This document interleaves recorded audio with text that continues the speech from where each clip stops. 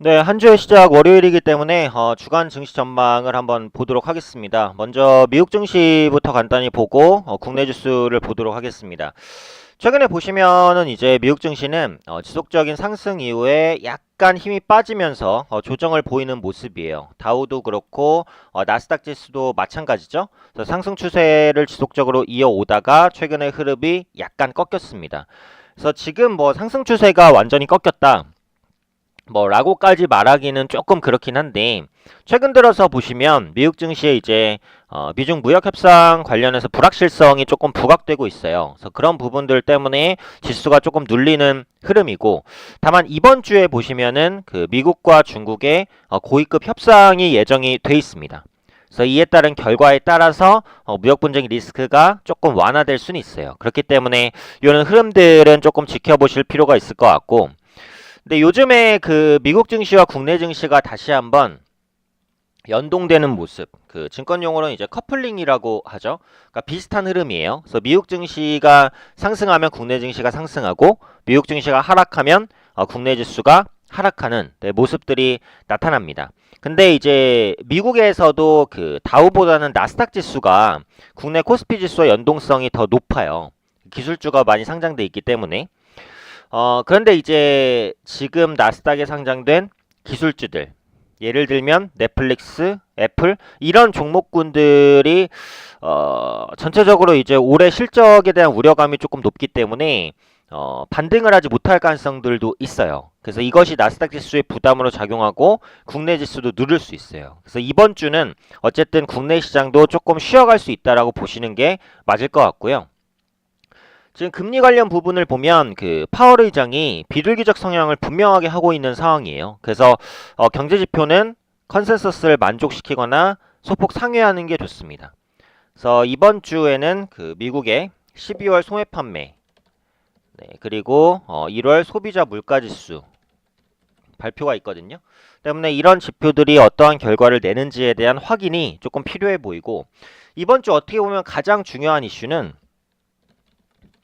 셧다운 해제 종료거든요.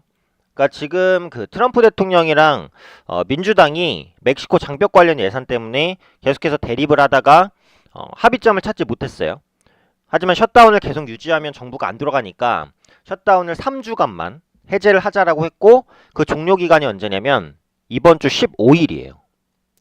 그래서 이번 주 15일 전에 트럼프와 민주당이 뭔가 합의점을 찾지 못하면 셧다운이 다시 진행이 되겠죠. 그럼 시장에 큰 부담이 될 수 있습니다. 그래서 이런 부분들도 생각을 해보셔야 돼요. 그래서 일단 미증시 같은 경우에 이번 주에 조금 그 불안할 수 있는 요인들이 있어요. 그래서 국내 지수에도 조금 이제 부정적인 영향을 미칠 수 있다, 이렇게 보고 있고, 그 코스피 지수도 보시면은 지금 이게 상승 추세를 가다가 역시 약간의 조정이 나왔잖아요. 이렇게 조정이 나온 가장 큰 이유는 외국인의 수급이 좀 부진해졌고, 특히 삼성전자나 SK하이닉스, 그동안 코스피 시장을 이끌던 주요 대형주들이 조정세를 보이고 있습니다.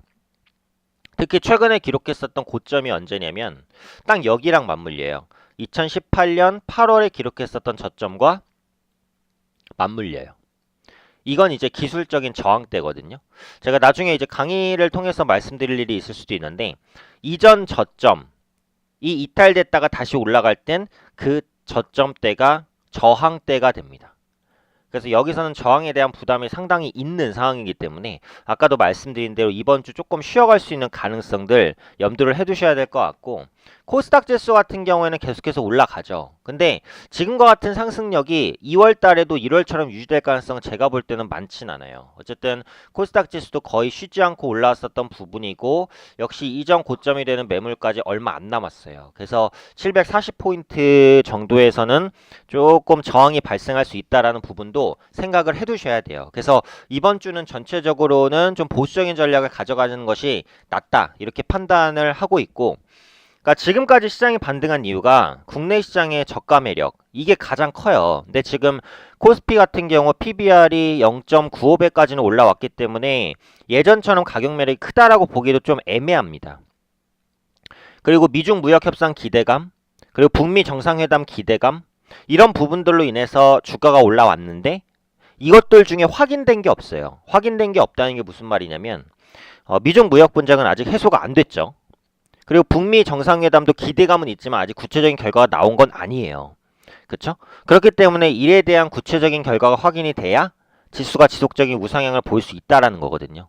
그래서 이런 부분이 확인되기 전까지는 조금 이제 보수적인 그 흐름을 가져야 되고, 아까 제가 말씀드렸듯이 15일 셧다운 협상 그 해제 기간이 종료되는 기간이에요. 그래서 그 전에 트럼프와 민주당이 합의를 이뤄야 되고, 한 가지 더 보면은 지금 미중 무역 협상도 협상 시한이 3월 1일이에요. 그럼 지금부터 보름 조금 넘게 남았잖아요. 역시 이 안에 미중 무역 분쟁도 해소가 돼야 돼요. 그러니까 지금으로선 리스크 요인이 많다는 것은 어쨌든 염두를 해주셔야 될 것 같고, 이번 주는 IT주는 조심을 하시는 게 맞아요. 삼성전자, 하이닉스 일단 수급 조금 꺾이는 모습이기 때문에 IT 대형주, 장비주, 부품주 전체적으로 수급이 빠질 수 있어요. 그래서 IT주는 비중을 줄이고 상대적으로 비중을 늘려야 되는 건 제약바이오입니다. 지금 기술적으로 볼 때 가장 가격 매력이 있는 섹터는 제약바이오예요. 그렇기 때문에 제약바이오 중심으로 저점 매수 지속적으로 진행할 필요가 있다. 이렇게 말씀드릴게요. 그래서 정리를 하자면 최근에 국내 증시는 미국 증시와 연동성 강해졌으니까 미국 증시의 흐름을 체크해야 되는데, 미국의 기술주가 조정을 보여주고 있기 때문에 국내 지수도 조금 부진할 가능성이 있고 아직 불확실성이 많다라는 부분, 이번 주 지수 쉬어갈 수 있다라는 부분 말씀드렸고, 특히 IT 대형주 조심해야 될 구간, 관심 가질 만한 섹터는 이번 주엔 제약바이오 집중적으로 보자. 이렇게 말씀드리도록 하겠습니다.